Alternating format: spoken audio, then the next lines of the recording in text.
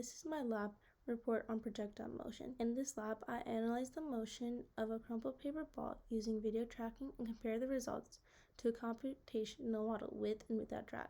I also created energy graphs to resemble the movement of the projectile. The purpose of this lab was to study the real-world motion of the projectile and then use physics principles to model the same motion in VPython. I used Tracker to extract position and velocity data from a video of the paper ball being thrown. Then I built two computational models, a drag-free model and a model that included a quadratic drag force. Our main result was the drag-free model matching the real data the best. I also created energy graphs to show the movement of the object. The physics behind this experiment comes from Newton's second law and the momentum principle. Newton's second law tells us that the net force equals mass times acceleration, and the momentum principle says that the change in momentum equals the net force times the time step. If there is no air resistance, the only force on the ball is gravity, which causes a constant downward acceleration of 9.8 meters per second squared. When we included air resistance, we modeled drag as a force equal to negative b times the speed squared times the velocity direction.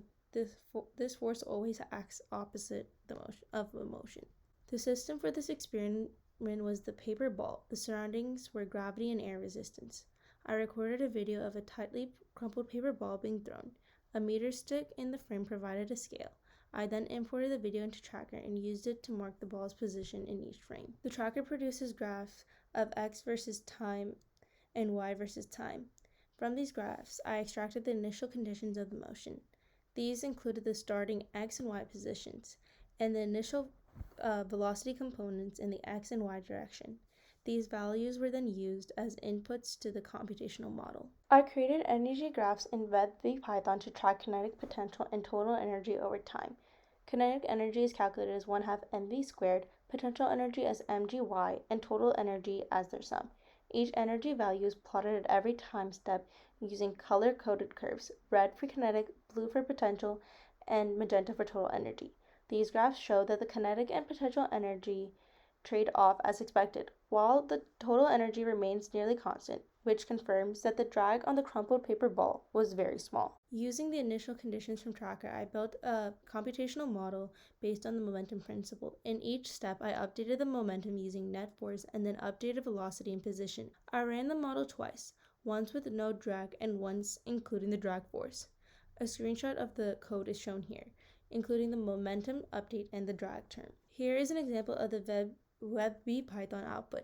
It shows that the predicted pathways of the projectile for the drag-free model and for the drag model. This helps us visually compare the real data to model predictions. When we compared the models to the Tracker data, we found that the drag-free model matched the trajectory very closely. When drag was included, even with small drag coefficients, the simulated path curved downward too much and no longer matched the data. VPython treated very small b values as almost 0, and at b equals 0.1, the drag effect became obvious but unrealistic. These results confirmed that the real drag force on the paper ball was negligible. There are several possible sources of error in this experiment. The paper ball was crumpled too tightly and had very small surface area, which minimized drag. There could have been small inaccuracies in clicking the ball's position in Tracker, and there could have been distortions from the camera angle or slight variations in the throw. Terminal velocity is reached when the drag force equals the weight of an object. So the net force becomes 0 and the object stops accelerating. In this experiment, we did not observe terminal velocity because the ball did not fall far enough and the drag force was too small. A better way to study terminal velocity would be to drop the ball from a much greater height or to use an object with a much larger surface area. If the ball were thrown straight up with the same initial speed, the total time of the motion would be longer. The ball would travel upward, slow down, stop momentarily at the top, and then fall back down. This additional upward motion increases the total time compared to the angle thrown in our experiment. In conclusion, this lab demonstrated how we can analyze projectile motion both experimentally and computationally. The drag-free model matched the tracker data the best, and the energy graphs showed that the total mechanical energy stayed almost constant. This indicates that the drag force on the crumpled paper ball was extremely small. Overall, this experiment showed the importance of initial conditions, object properties, and accurate measurement when modeling real-world motion.